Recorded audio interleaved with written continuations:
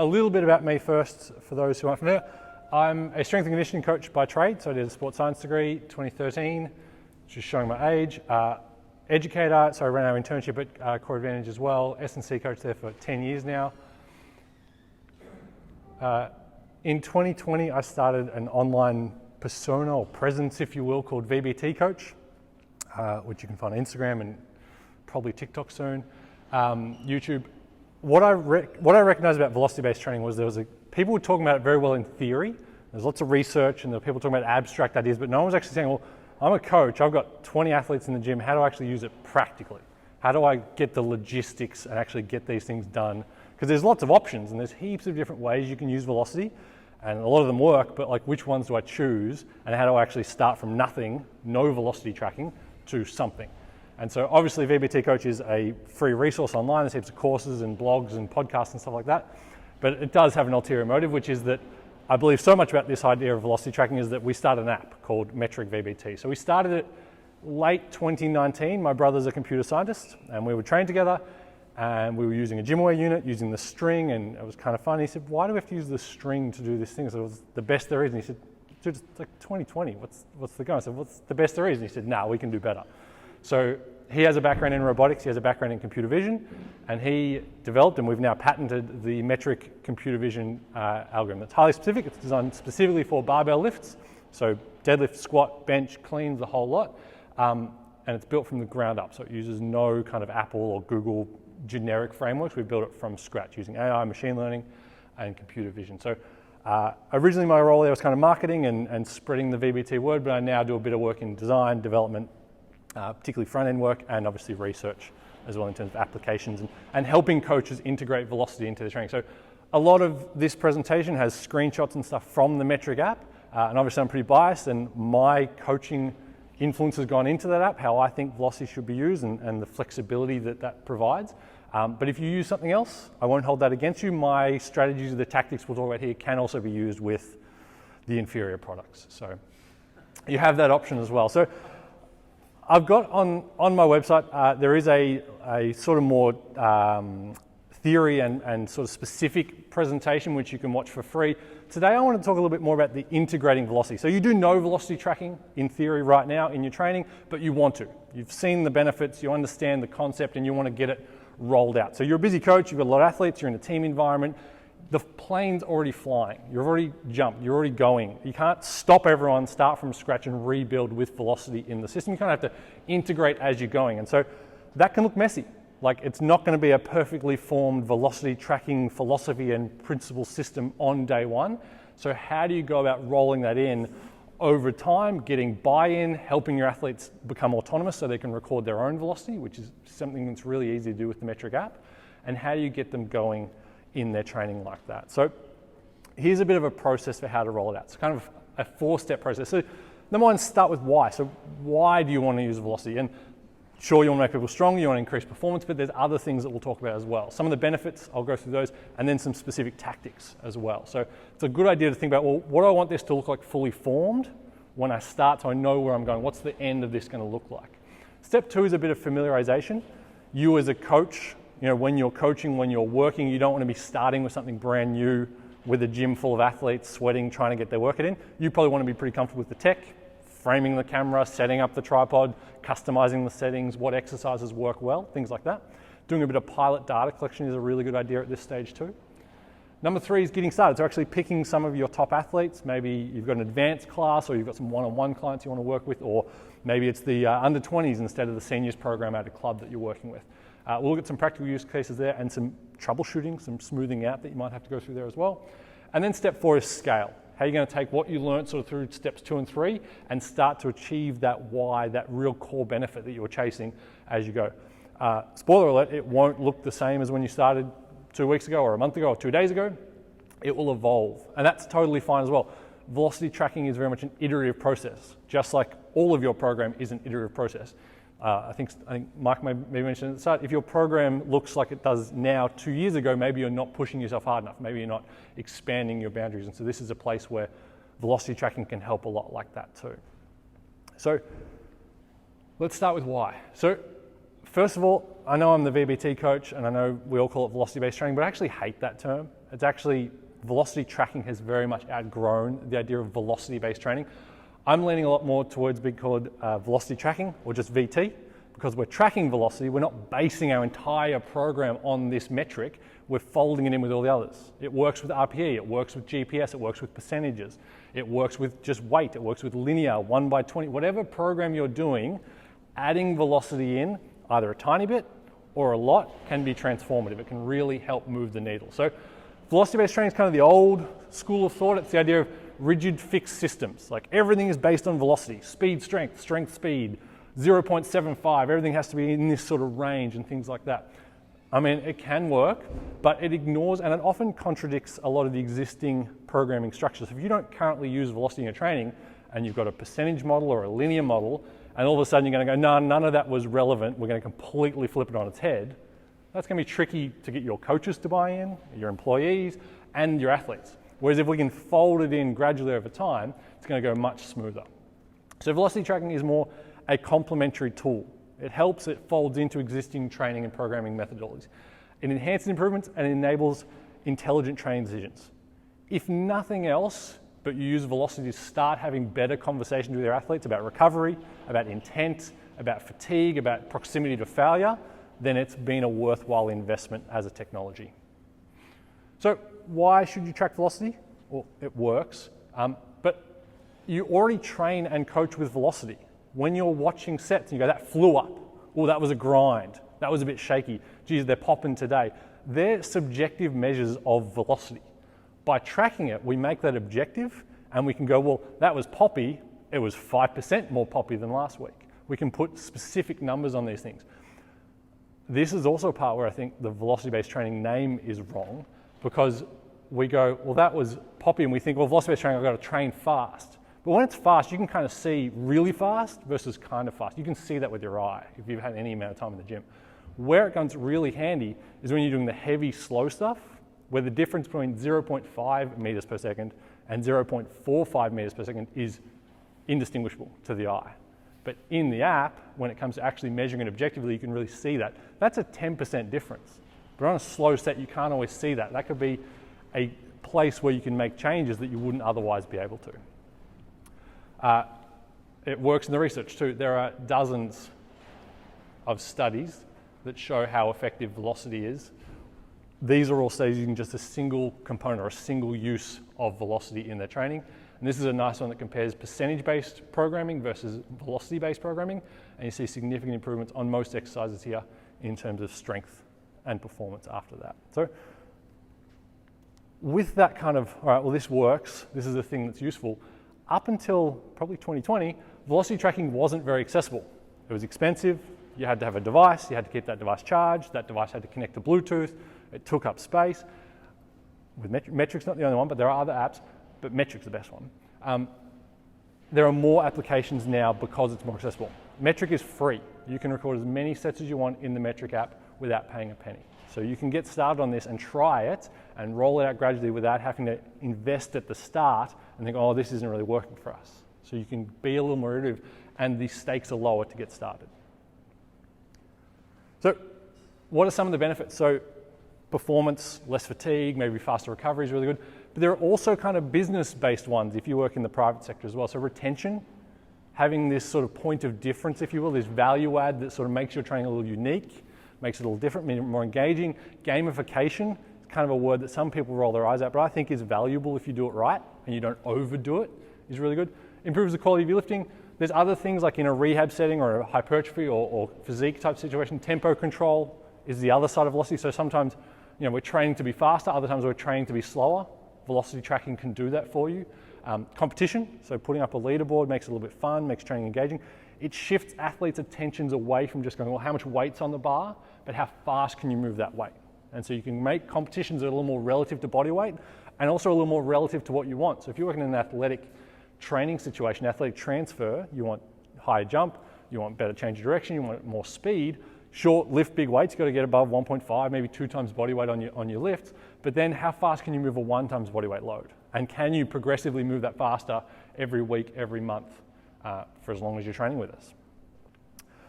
So now we're going to move into how am I going to practically use velocity in my program. So it's just a tool. So unlike velocity-based training where it's like everything gets thrown out and we switch to a velocity model, on a Monday and we just all change our mind, there is no perfect and complete application. So there are dozens of different ways to integrate. I mean, I wouldn't have an Instagram channel.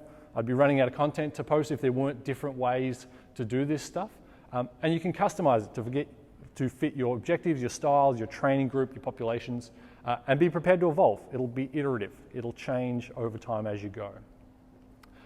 And one way to get that started and get that going, we'll talk more about this as we go, but is to look to capitalize on those early points of engagement. So you might introduce this to your athletes, you might start with a couple of ideas, but they might really latch on to one specific idea, one specific piece or one data point. It's like, roll with that. Let them roll with that. Make that a point of competition, make that a point of emphasis if it's moving your athletes in the direction you want, whether it be less proximity to failure or more proximity to failure, better tempo control, motor control and awareness, intent and just speed on the bar, whatever it might be, whatever metric gets them to buy into that and go, oh yeah, I'm going to track this every week, that's really valuable. So one of my favorite ways to do chasing progress, having athletes beat their velocities from last week every week they lift. And so this is a screenshot from within the app, and we have a velocity record, or all records are alerted to you in the app as you train. So in this situation on the 100 kilo trap bar deadlift, 0.65 meters per second. That's the fastest ever rep that athlete has done on that set.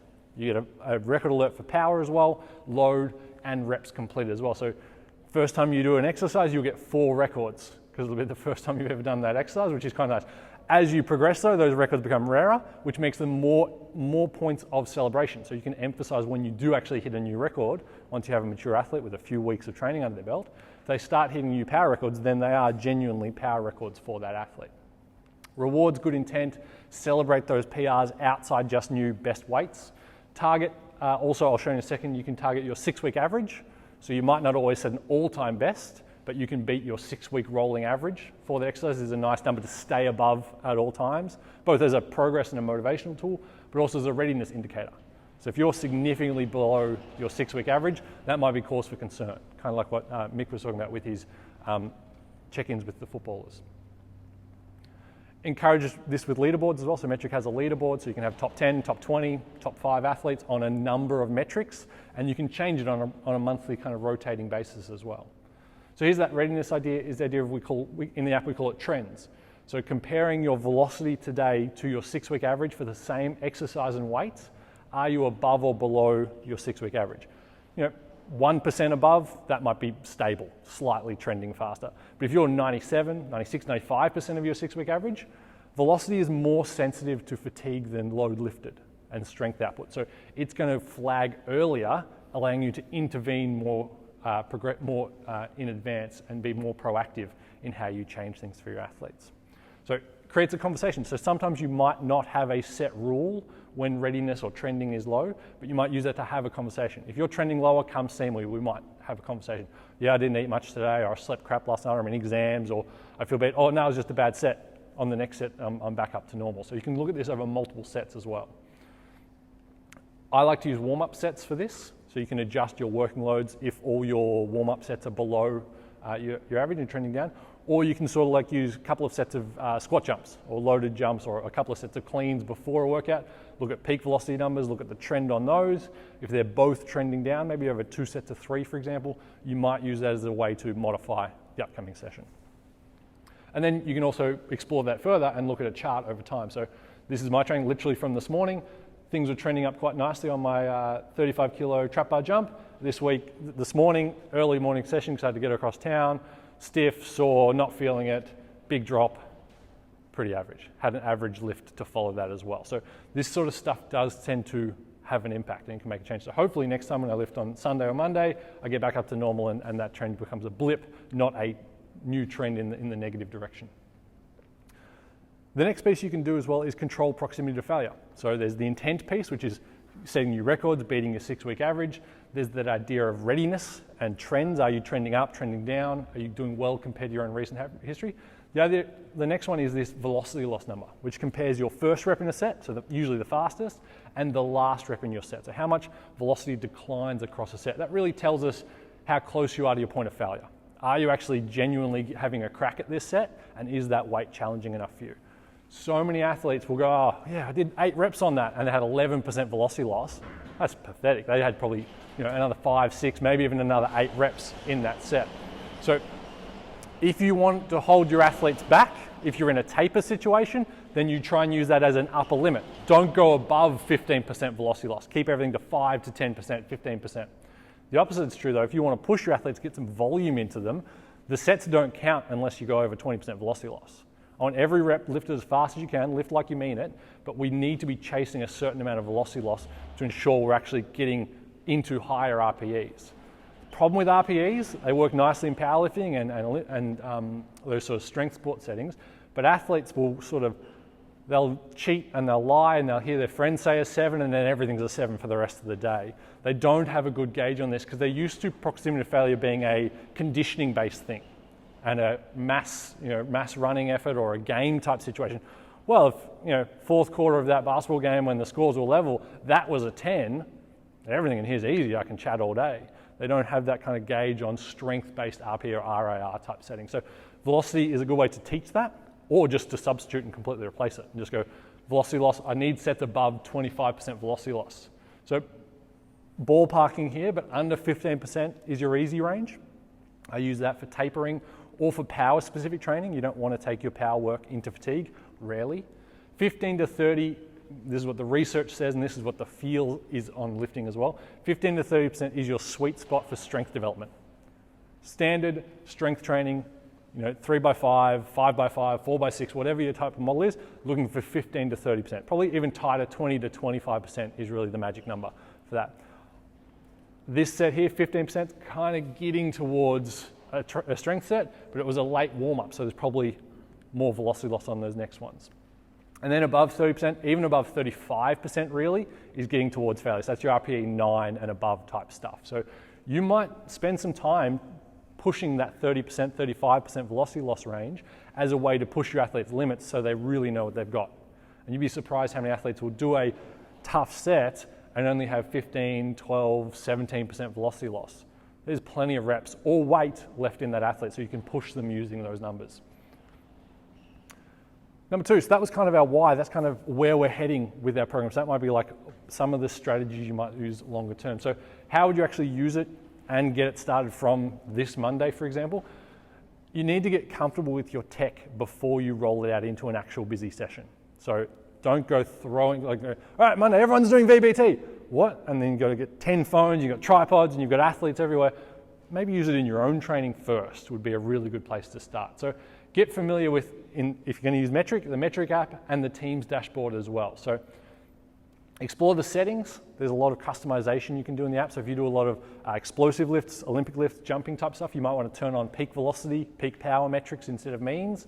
You want to test out your recording logistics. Different gyms have different lightings, whether you're going to use tripods or just rest the phone on a bench. You want to play with those kind of things first so that you're getting good recordings from your first set once you roll it in with your athletes. Collect data in your own training or in a one-on-one setting or with an athlete you're really comfortable with. Getting outside is really nice.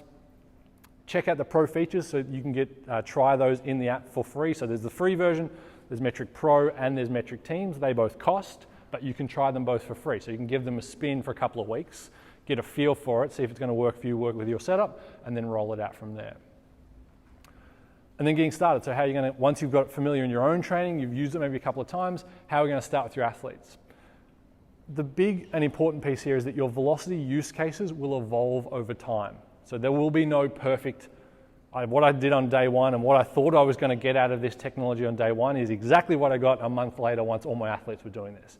It will evolve and iterate in a good way. You'll find new uses, you'll find new dimensions to this. You'll find we're all going to do peak power jumps and no one cares. After 2 sessions of the jumps, everyone's just like, I'm sick of the jumps. Can we stop doing that at the start of the workout? So then you pivot and you go, okay, we're going to use our warm-up sets. Well, that's really good. Actually, all our athletes have really low velocity loss. No one's getting above 15% velocity loss. We need to crank that up. We're in off season. We need to push our athletes. We're going to pivot. I don't care what your velocity is. I want 25% velocity loss on all your work sets.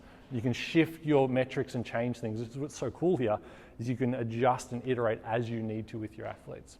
And again, let the athletes drive this a bit. So if your athletes really hook on to a number that is something you like as well, don't let them drive the bus completely. But if they find something they like and really gravitate to competitively with themselves, with each other, let that kind of direct where you go next with your application. I really like this screenshot of our leaderboard because I'm on top. It was from a long time ago, so I'm not there anymore. But the leaderboard's really handy.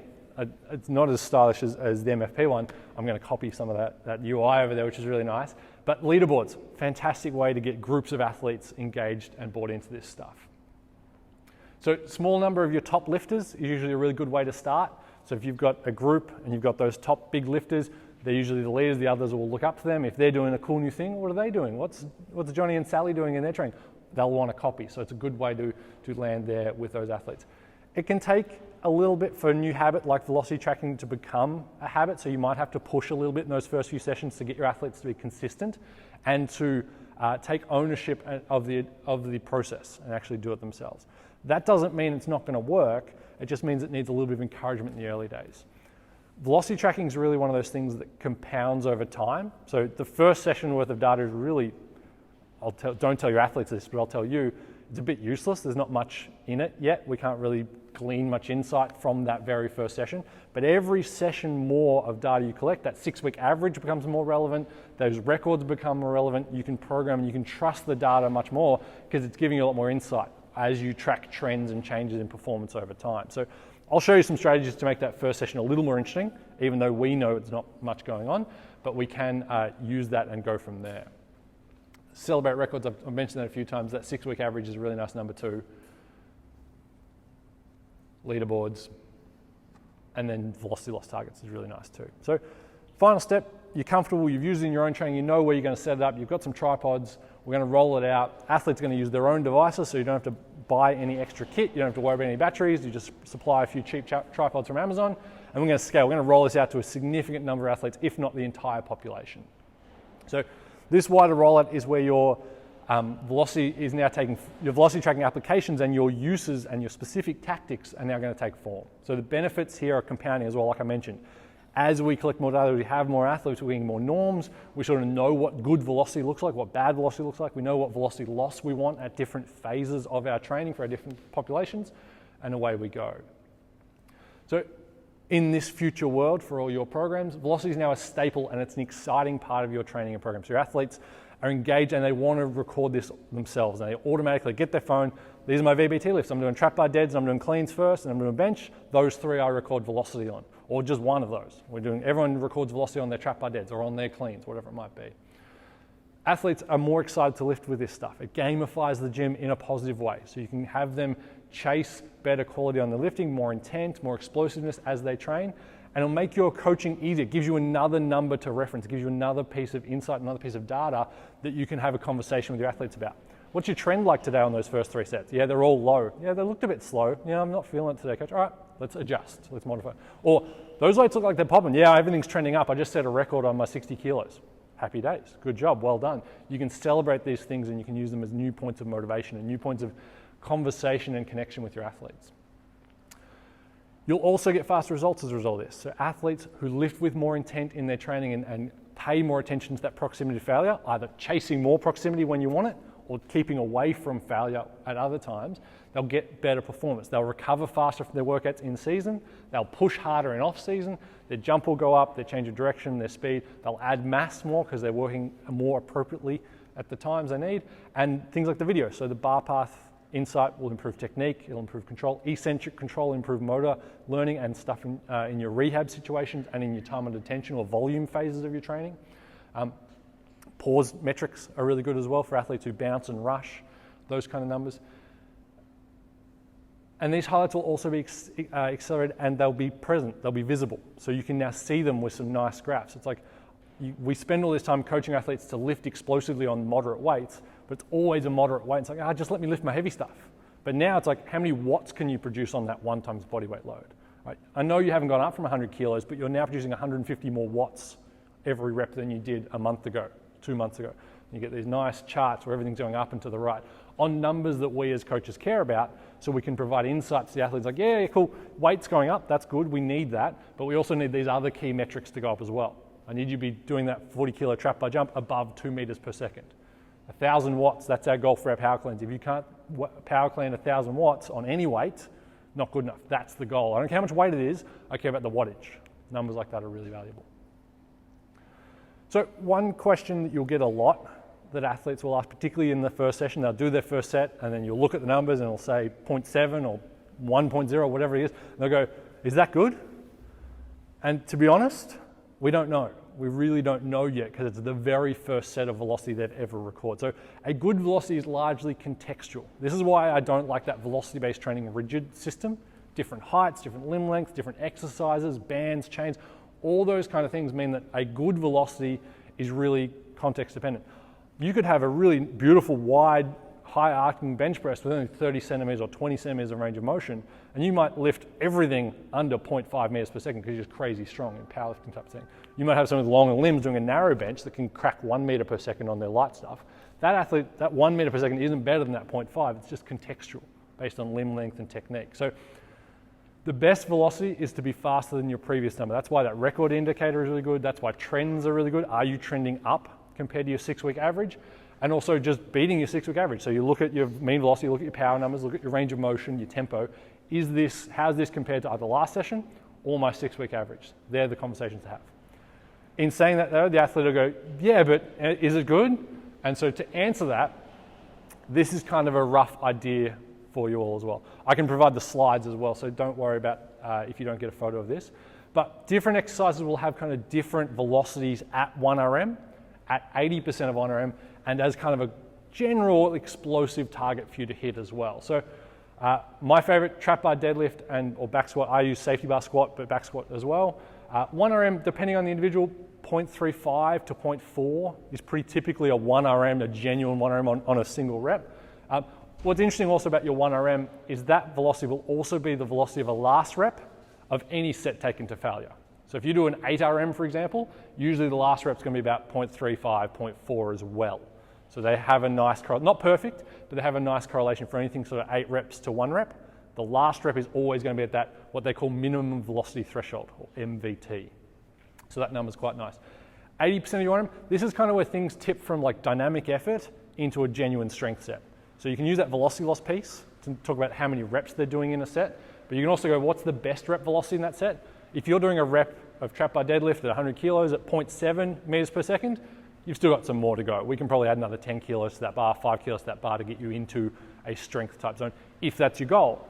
Alternatively, if you are chasing intent and you want sort of dynamic effort, maybe like you're doing some warm-up sets before you chuck some bands or chains on the bar, then something more like 0.8, 0.85, maybe 0.75 for a stronger athlete is a good kind of target to be hitting. So if you want dynamic effort, we're going to chase explosive trap bar lift or cleans as well you can do with, or cleans or a snatch or something like that. Then sort of 0.85, 0.9 maybe. Above 1 meter per second on these kind of classic strength lift is probably too fast. That's probably too light, and you'd be better off doing like a jump or a bound or a throw or a toss or something like that. And in those situations, also your cleans kind of work. Now these numbers here are quite different, but that's because they're peak velocities.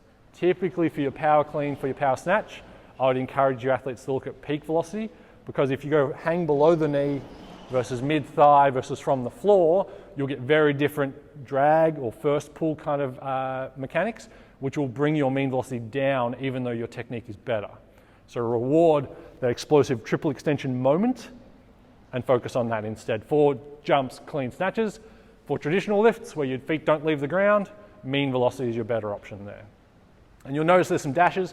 I wouldn't recommend doing explosive conventional deadlifts. That just doesn't make much sense. Same for a sumo. And I really wouldn't be doing 1RM power cleans. Maybe you might test that, but that wouldn't be a training strategy to have your athletes working towards that on a regular basis. So same thing, I really wouldn't recommend. And the velocity of those would just be so different for individuals based on technical factors that it's not even worth guessing. So you'd really have to collect that data yourself in your population if you care about those numbers. I'd recommend not caring about these two though. They really don't matter for anyone. How am I going for time? 2 minutes? Cool. Couple of quick advanced applications once you've sort of got those basics and fundamentals rolling. The nice thing about velocity too is you don't have to go advanced. We could stop right there and that'd be all you ever do, and you get fantastic results with all your athletes consistently from time. You might evolve and you might rotate things in and out, but you don't have to go advanced. You don't have to evolve this into your programming or program based on velocity targets or anything like that. You can just reward intent, modulate proximity to failure, and do things in that kind of gamified real-time type feedback situation, and that's great. That'll be enough. But there are ways to take it even further. So some auto-regulated strength training. I really like this. I'm doing this in my own training at the moment. It's really good. Work sets have a target velocity to ensure you're reaching an adequate percentage of 1RM load. So instead of using percentages, doing a 1RM test and using percentages, I'm using velocity because velocity will fluctuate day to day based on strength levels, based on readiness.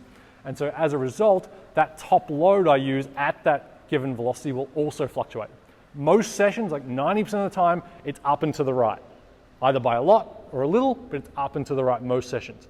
But if you have an athlete I'm not an athlete anymore, but if you're in season working hard, you're going to have sessions where you had a big weekend, you had a double header, you played a lot of extra minutes, you went overtime, whatever it might be, you had a big road trip, you're going to be 10, 15% less strong on match day, +2 or -3, whatever it might be, because of that weekend. So we need to adjust. If we did the same sets and reps from last week, this week, you're not the same athlete. We need to make adjustments.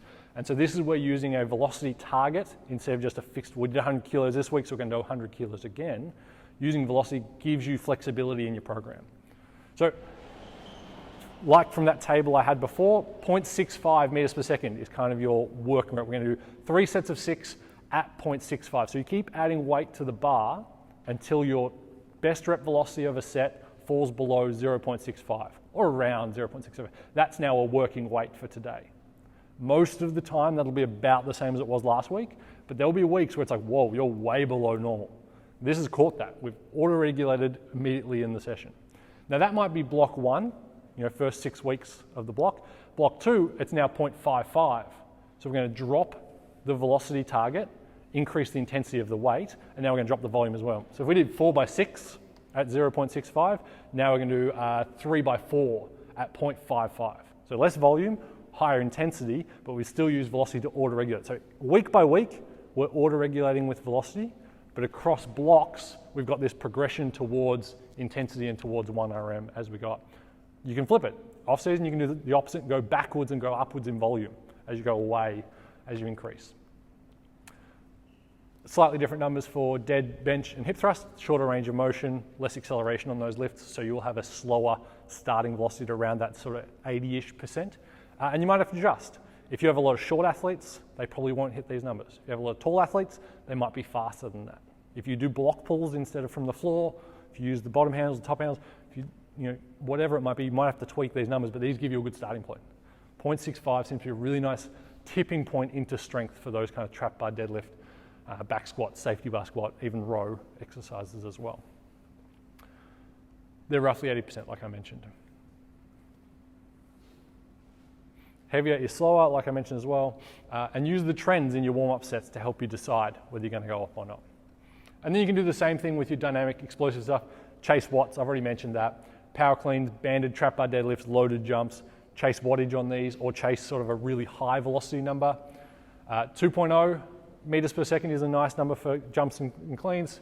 2.5 would be your snatch number if you do power snatches, and then sort of 0.7, 0.8, maybe 0.85 on banded trap bar deadlifts and squats as well. And then beat that 6-week average. Any questions? Does your app integrate with like Smarter Base and Team Builder? It doesn't yet, but we're working on that. Yeah, coming soon. Good question, yeah. Yeah. Currently, it only integrates with itself, so it's just its own self-contained data, but it wouldn't be technically impossible for us to do that. We just need to get if the demand comes, if people are knocking at the door, connect to Smarter Base, then we'll prioritize that. Well, makes sense. Team Builder sort of connects in, so your app instead of having Yeah. Yeah. What practices have you found so far in your own gym and teams that have worked with like streamlining it so it's not taking away from the training? Like athletes aren't spending 10 hours setting cameras up. Yeah, so practicing on our own training first to make sure we got the logistics of how to use the app so we can then teach how to use the app. Having athletes use their own phones helped for us because they were already using Train Heroic on their own phone, so just flip between the two apps on their exercises. We do less exercises than you think on metric, so we do at most 3, that's rare though. Most people are only doing 1 to 2 exercises per workout. So if they've got an 8 to 12 exercise program, 1A and 2A, or 1A and 2B, or 1A, 1B are the only exercises that are getting velocity tracked. Like this is the thing, I don't really care what your curl velocity is or your Nordic velocity or your calf raises. I care trap bar, power clean, safety bar squat, back squat, split squat maybe, like those big compound movements, unilateral or bilateral. I want to know how fast they're moving. I want to know how fast they're moving every week. Once you get set up and going, the other point as well in terms of time is it's quite easy. Like we've got a session mode in Metric where you just add a set, the weights from last week preload like a workout builder, just like Train Heroic. So you just tap the camera, press record, press stop. And you don't have to review the data on every single set. You glance at it, you look at the trends, you look at any new records. If they're all normal, you move on. Like it doesn't actually matter. You only want to look for the outliers, which might happen 10 to 20% of the time. Yeah. Thank you. You're not really fast or slow, so Yeah.